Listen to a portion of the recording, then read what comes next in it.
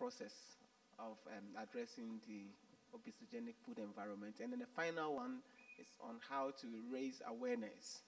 And so I know that we had 3 groups. If one person from each group, would you come and just tell us the main points that came up or output of that meeting? And then when you finish, we'll give us a few comments on it to add or subtract or improve, and then I think we'll be done. So I will start with the first group. There was no numbering, but I remember those I gave the topic to first. So that's on how to raise awareness. If one person can just tell us what the group their main thoughts were, and then we can discuss from there. Please come up here to help. Group leader. Oh, please come. Yes. Yes, you are the one. Absolutely. Awareness.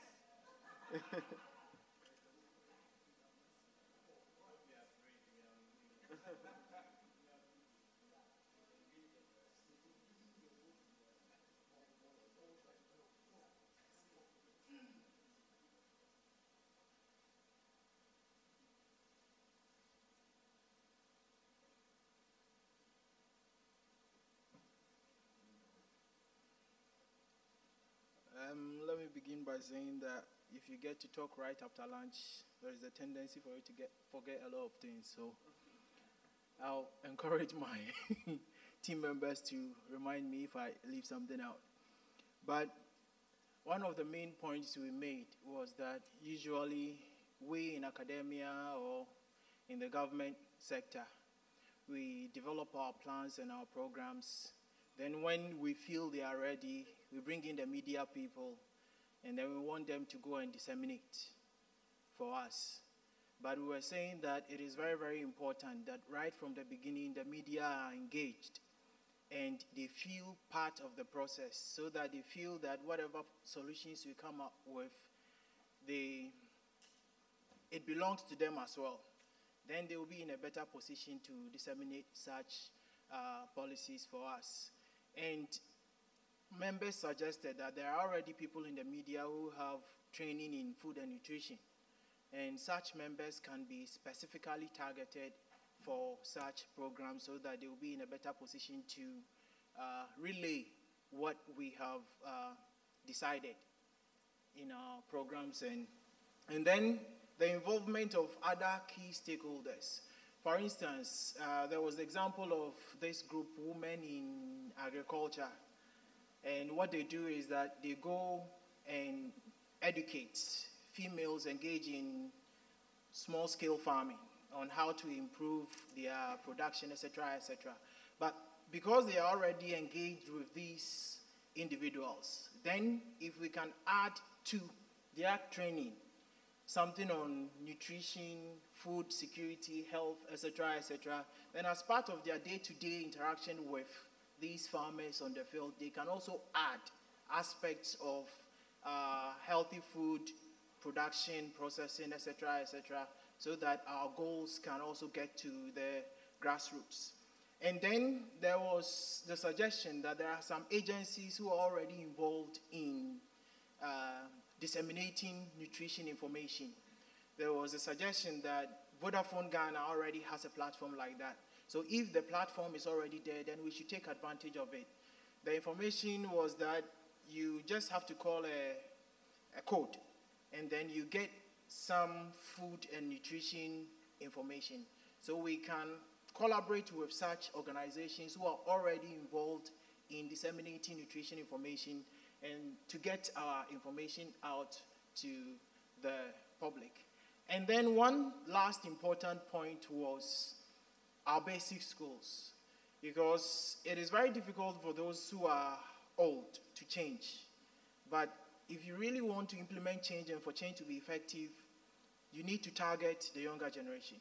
And so we're thinking that maybe the way food and nutrition education is given out to our children at the basic level should be made more informal, friendly, and interactive, so that the children will enjoy these forms of education, they will engage in it more, and then they will grow with such attitudes. So they will come up to mama and say, Mama, I don't want to eat this food or that food because teacher says it is this and that.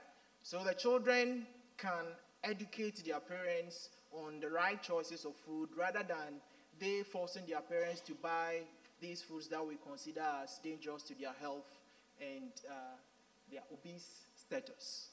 Okay, so I guess I captured 80% of our points. Thank you. Any question to the group? So if he has left anything, or any those who were not in that group, there's something that you think can definitely be important for raising awareness, you can also say. I think there was a point about looking at our local government structures, our district chief executives, who are supposed to initiate policies and ensure that things are done in the local communities. And I think the discussion was that if we could get all the relevant agencies, their heads, like MOFA director at the district level, working together with Ministry of Health, the director at the district level and all that, and then sitting down with the DC and his coordinating director, then they will prioritize some of these food issues so that it will not be the usual politics, but that they will look at the health of the people as well. Okay. So engaging the local government in the process.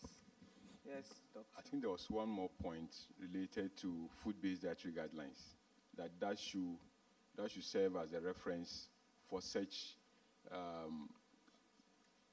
information dissemination and awareness creation.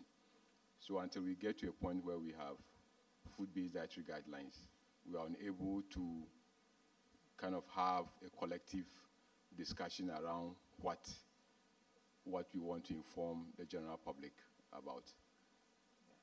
So do we have a food-based dietary guidelines for the country, Ghana? Dr. Ite, currently no.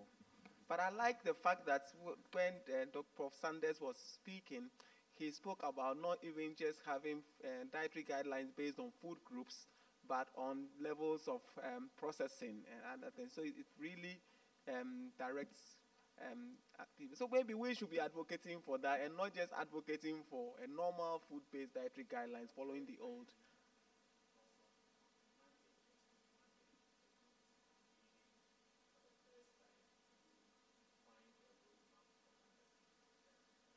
Are you part of it?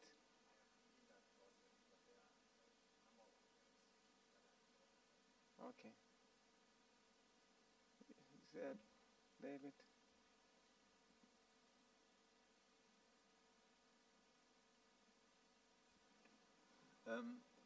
Thanks for the report. I was wondering, I mean, it's for ourselves as well in South Africa. Have you thought, or did the group talk at all about perhaps enrolling as a spokesperson maybe a big sports figure that would have appeal to young people? You know, I mean, Yeah. although I think his football is great, it's terrible to see Messi advertising Lay's chips. So we need the opposite of that. We Yeah. need, so I don't know, are there big kind of personalities that you could enroll in this? I don't know, a musician or a sports person or something like that. Yeah.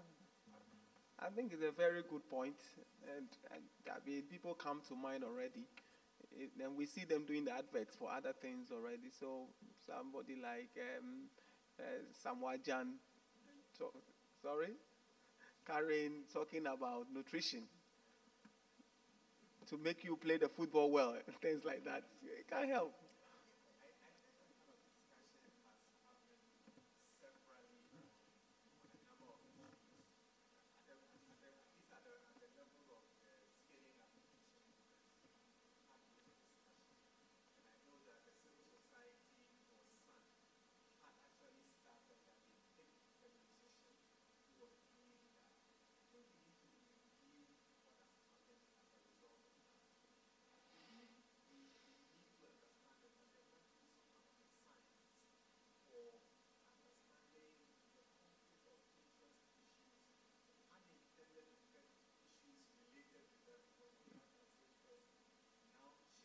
to do other things. Yeah.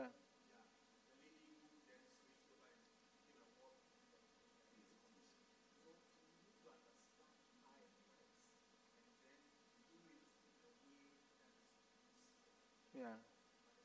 Now, usually somebody who is really committed to that cause. I know in the UK they use Jamie Oliver. He's like a chef and was really committed to nutrition. So he was the right person to use, and there were no conflicts of inflow, please. So, yeah, thank you. It's a related issue, and again, I don't think that there is much knowledge perhaps yet as to how it works and what the perhaps unintended repercussions might be. But, you know, one thing that I've become more and more aware of is that we're all carrying around smartphones, and a lot of us have our noses in our social media, Facebook or WhatsApp half the time. So I'm wondering whether there isn't scope also for developing a very coherent awareness-raising campaign that really looks quite proactively at social media and how key messages could be made viral so that they really reach a lot of people without necessitating massive budgets to go through conventional advertising channels. Yeah. The role of the social media, tweeting here and there. So I know that the radio station in Star FM in Accra, anytime they have the health line on Saturday mornings, and during the time they keep tweeting on specific, like, catchy messages on nutrition. So something like that can also help. Daniel, I think maybe two more, and then we will go to the next group. So that Daniel, then Anne-Marie. Yeah, what I was just thinking about those times that when we have a disease outbreak, whether it's Ebola or the way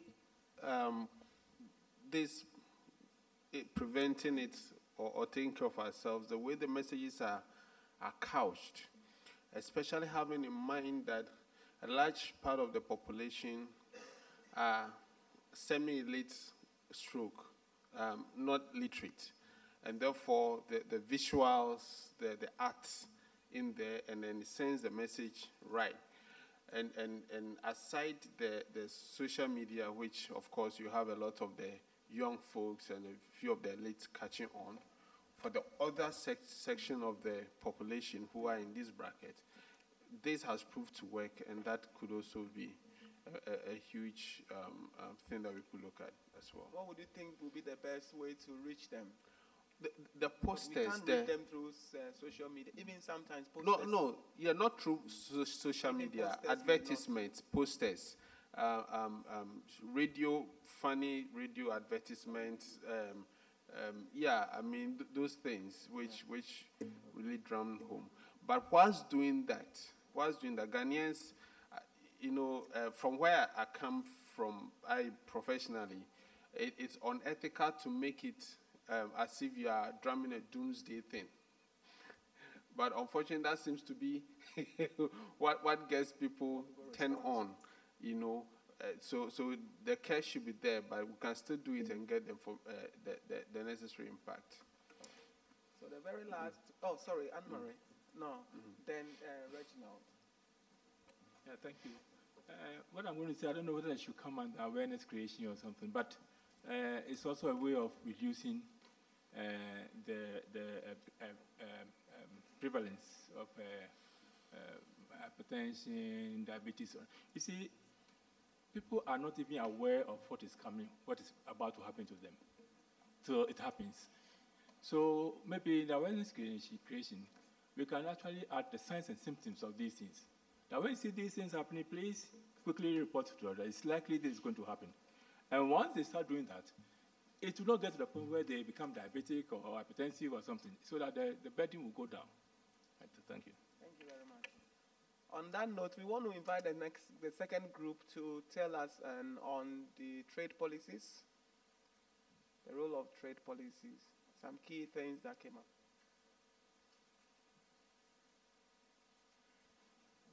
So I've been asked to speak on behalf of that group, and that's the trade. Trade. There were two groups doing it. No, Oh, was it two trade ones? Okay, then I'll let the colleague go ahead.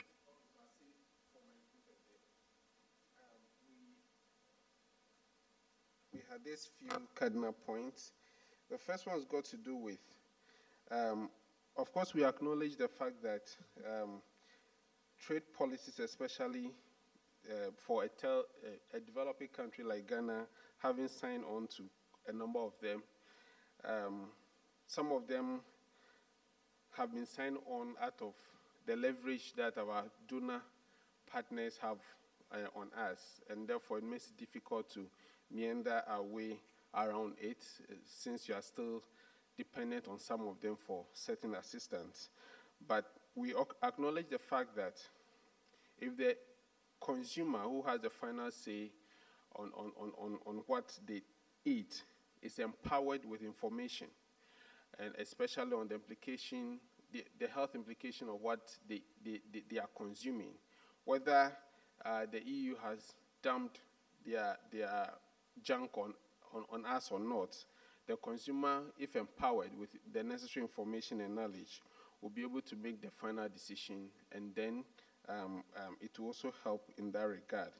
We also talked about the fact that even though we operate a free trade system, within that free trade system, there are regulations and standards, and regulatory authorities are there to ensure that these standards are adhered to. But what we realize that sometimes it is not done, or even with a myriad of excuses why it's not done, i.e. Infrastructure or human resource and a few others. And so we were advocating or recommending that if these regulatory authorities enforce the regulations and the standards that are set to regulate what goes or what is in the food products that are imported as a result of these free trade policies, that should also help protect the Ghanaian. We also talked about the possibility of increasing taxes on sugary or high-calorie or energy-dense foods as well. And actually not looking at the entire volume, i.e., okay, soft drinks above 500 ml should attract this tax, but rather the energy content per volume will also help. And we also talked about having a system where there will be a gradual reduction in huge energy content of foods over a period of time.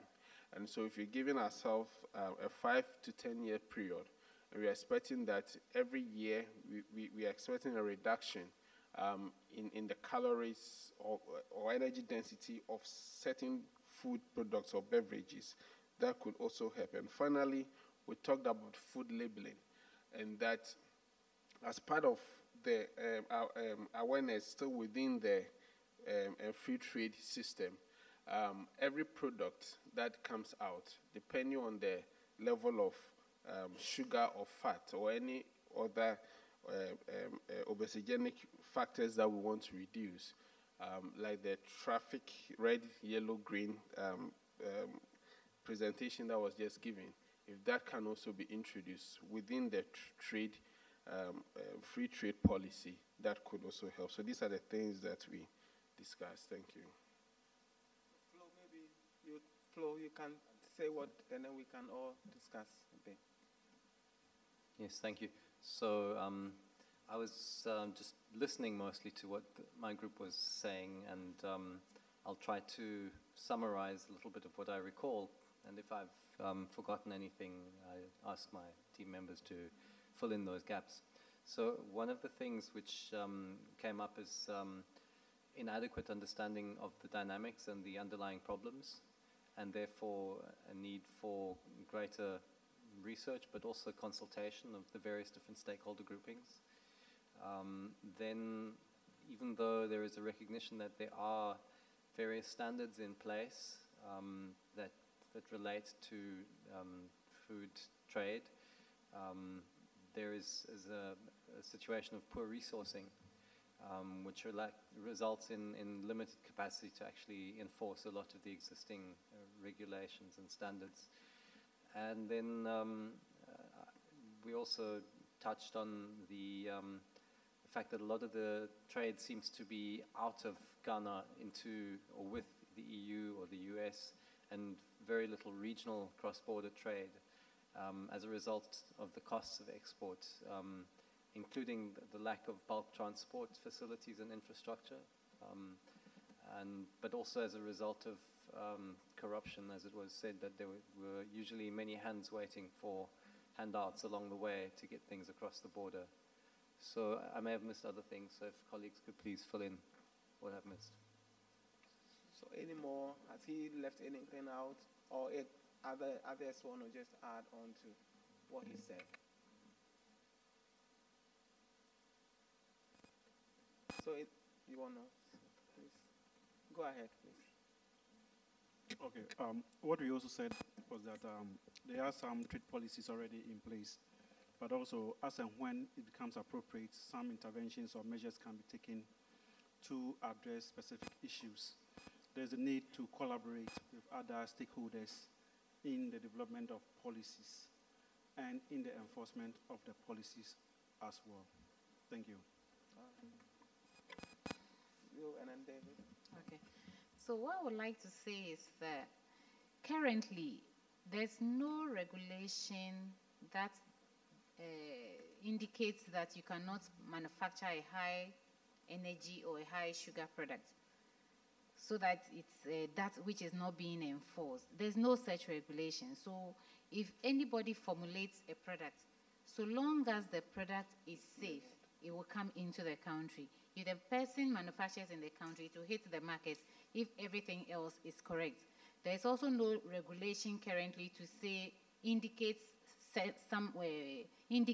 high sugar or low sugar on your product, or high fat or whatever on your product. And so long as those regulations are not there, those laws are not there, then nobody can enforce same.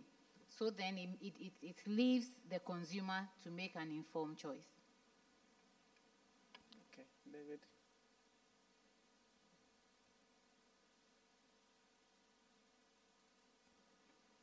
Thanks. So in our group, we had some colleagues from trade, including a gentleman at the back who comes from a trade ministry at the national level. So it's pretty clear, and maybe he and or Anne-Marie can comment on this, that there's not a lot of room for maneuver if you've acceded to the World Trade Organization in terms of regulating the influx of unhealthy products.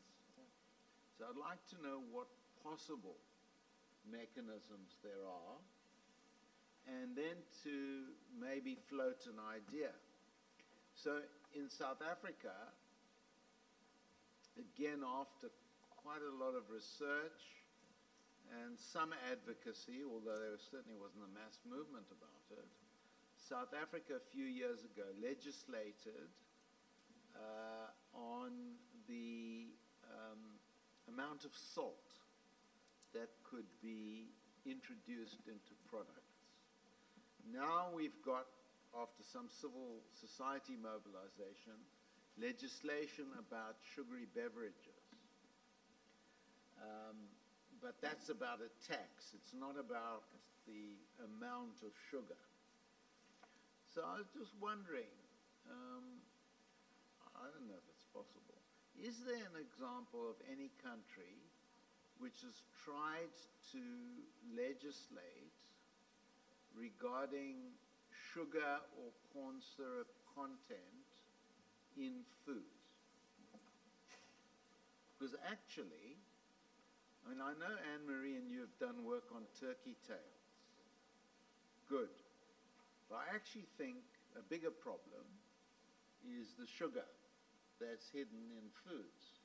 So I'm just wondering, is there any way that national legislation could then act to mitigate not just the content of nationally produced foods, and also foods that are coming in from outside?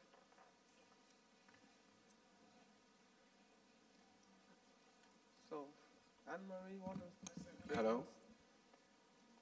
Yep, I thought this you is a need colleague to- from Trade and Industry. Are you going to? Yeah, I just want to try and see if I can react to what's been said so far. Like she said, currently there is no law regulating as to this level of sugar or that level of sugar. And so it's becoming a bit difficult to say that, okay, don't bring this one or reduce, the intake of that one. I think the gap is there because, let me use the word strong, there is no strong collaboration between the institutions, the stakeholders. Because if you look down the chain, you realize that the institution that is doing research reports to one ministry altogether. The regulators are also reporting to some different institutions or ministries altogether. But then, there isn't any strong collaboration. I want to believe that at the policy side, once it is ascertained that the consumption of this particular item is harmful to public health, there will be a policy to regulate it. But then, probably let me say that after research, where does it end? Do we share information? Do we cross institutions or ministries to share information?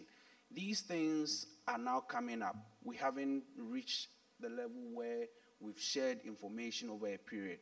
But what I can say is that once some of these things are ascertained, that consuming high levels of sugar or whatever is harmful to public health, definitely there will be some policy to regulate it. But for now, I think researchers are on their own, regulators are on their own, policymakers are also on their own. So there should be a strong emphasis on the need for us to collaborate very well. Thank you very much. Okay, so the other issue is about maneuvering around the WTO to maybe bring up policy interventions in the sector. Even though the WTO prohibits some unhealthy trade practices, there are also exceptions within the WTO rules that allow countries to protect their industries and then the health of the people. So depending on what is affecting the country, if it's injurious to industry, then we can use those WTO regulations to, regulate the sector.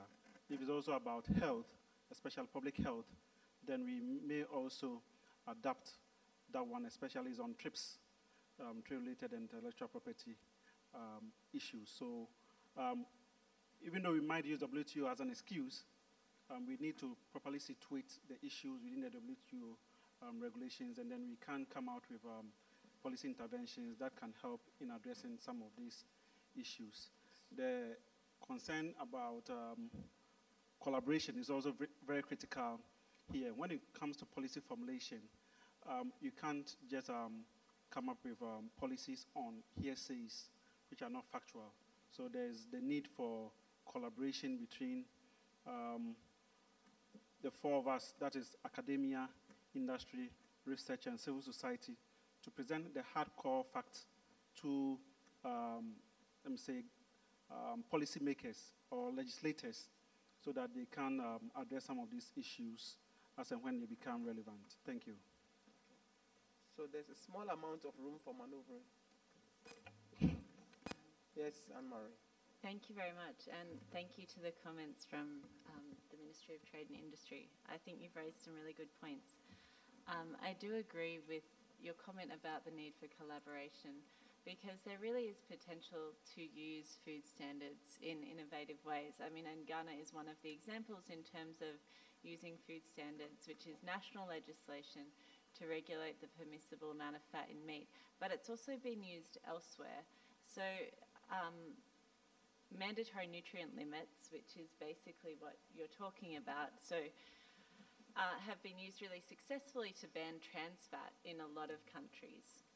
They've also been used in South Africa and Argentina to limit salt in the major salt-containing foods.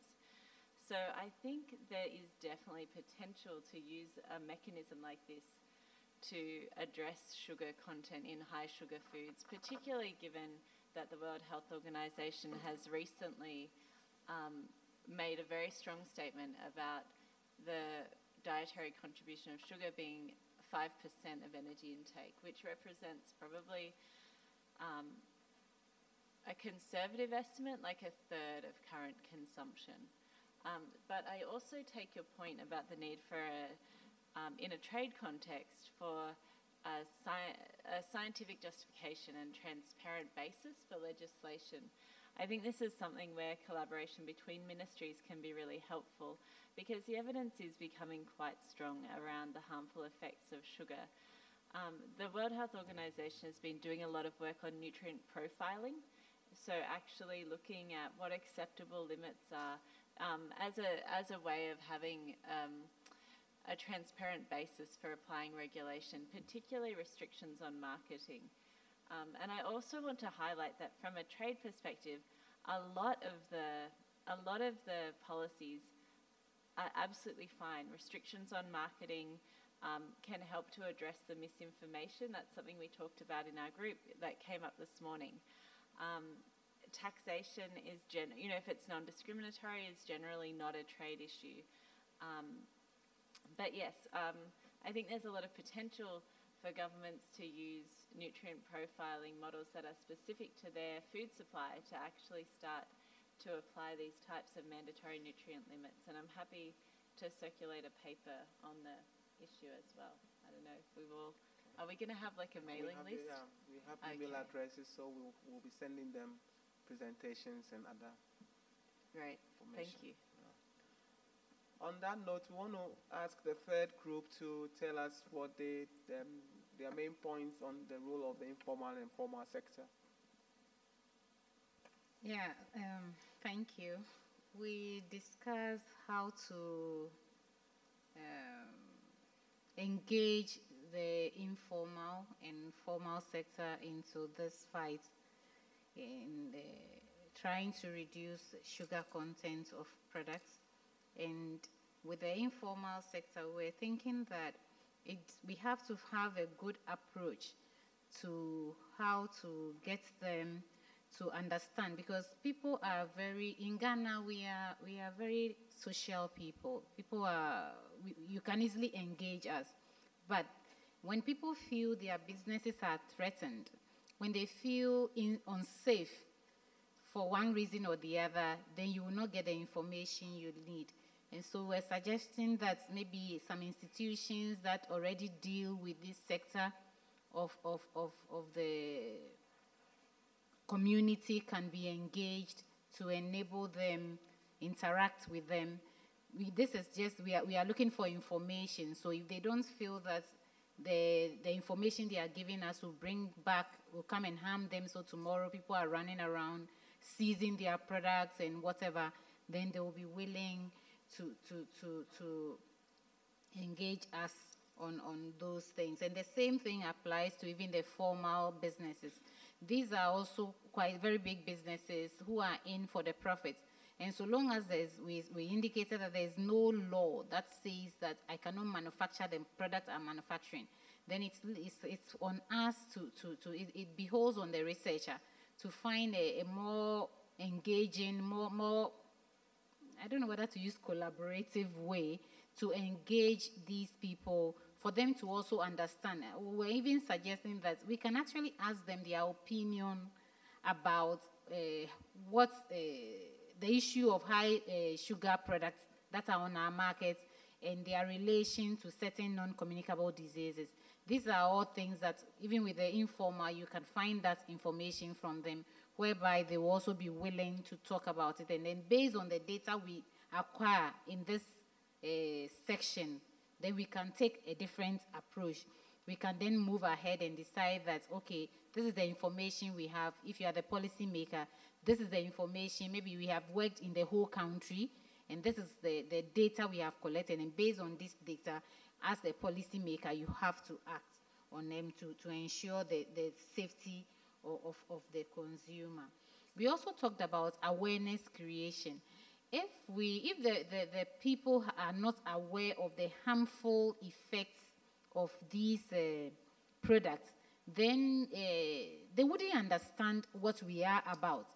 And so there is the need for a lot of consumer awareness or public awareness on the harmful effects of these products. And when that is done, we understand that that also is quite expensive, doing public education, especially in our country where the media is generally private and you hardly have access to the public media.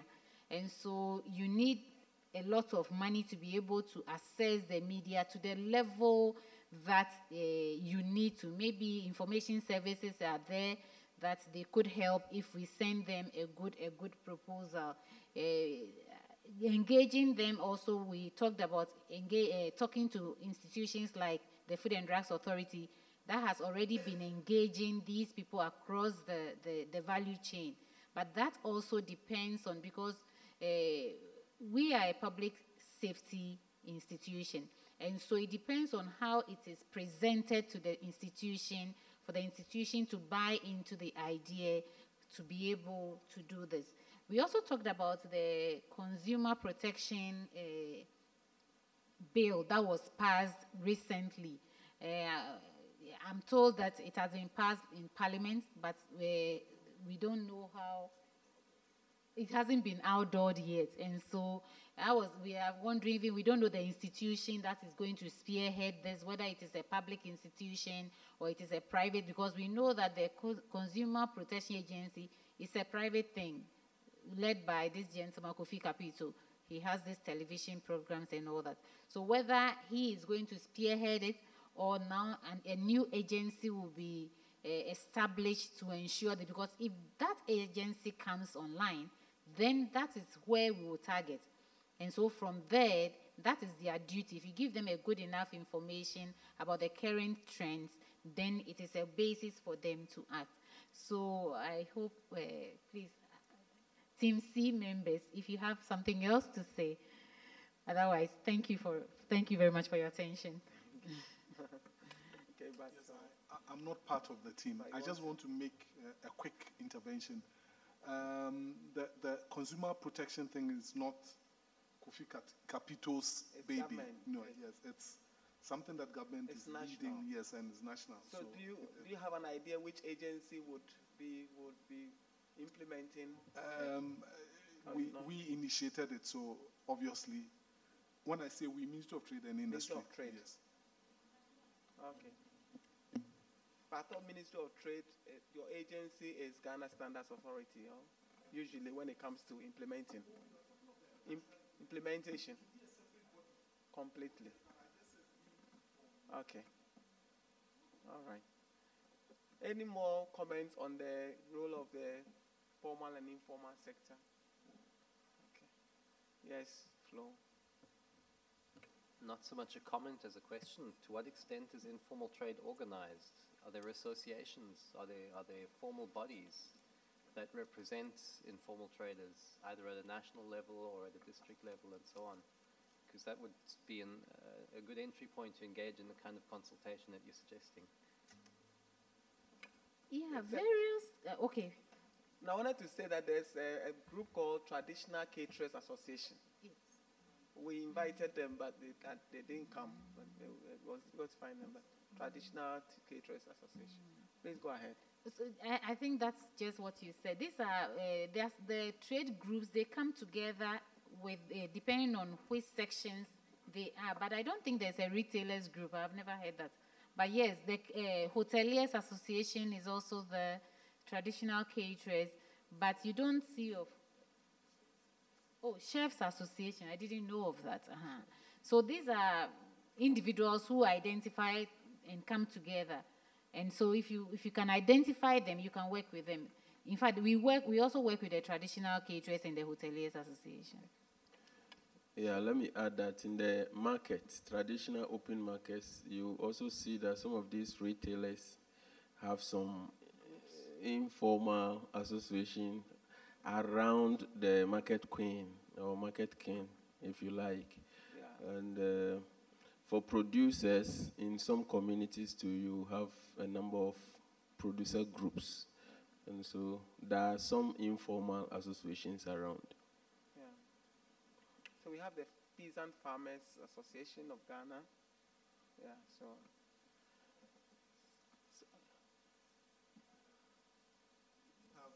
Ghana Union of Guta. When I say Guta, I'm sure a lot of people, there are several Association of Small Scale Industries. There are several of them, the informal, but I dare say that within that informal setting, they are formally organized. Formality, okay. Great. So they would be one of the ways one of the groups engage.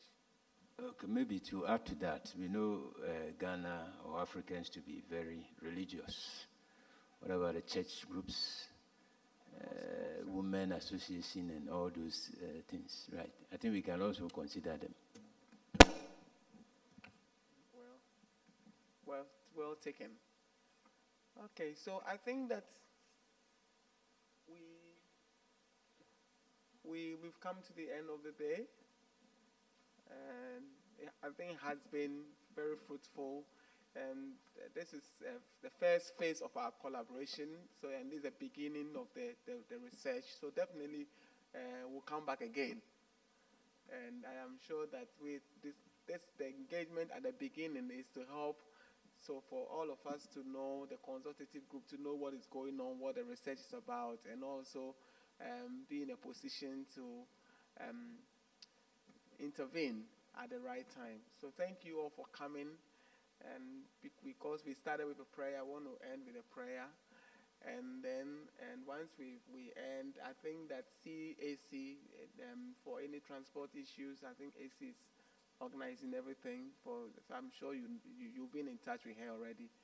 Some came by yourself, others were organized. But please, everybody, make sure you see AC. Okay. So can we end with a prayer? I don't know who to call. Robert, again, since you started with us, just to finish with us. All right, let's bow for a short prayer. Almighty Father, we are grateful for how far you have led us. We thank you so much for the journey we have been able to cover so far. We ask that as we prepare to go back, you take each one of us back to where we came from, so that when we are there, we shall have cause to glorify your name. We thank you in the name of Jesus Christ. Amen. So thank you all for coming. See you again. We have your email, so we'll be in touch. And please see Linda or AC. Thank you.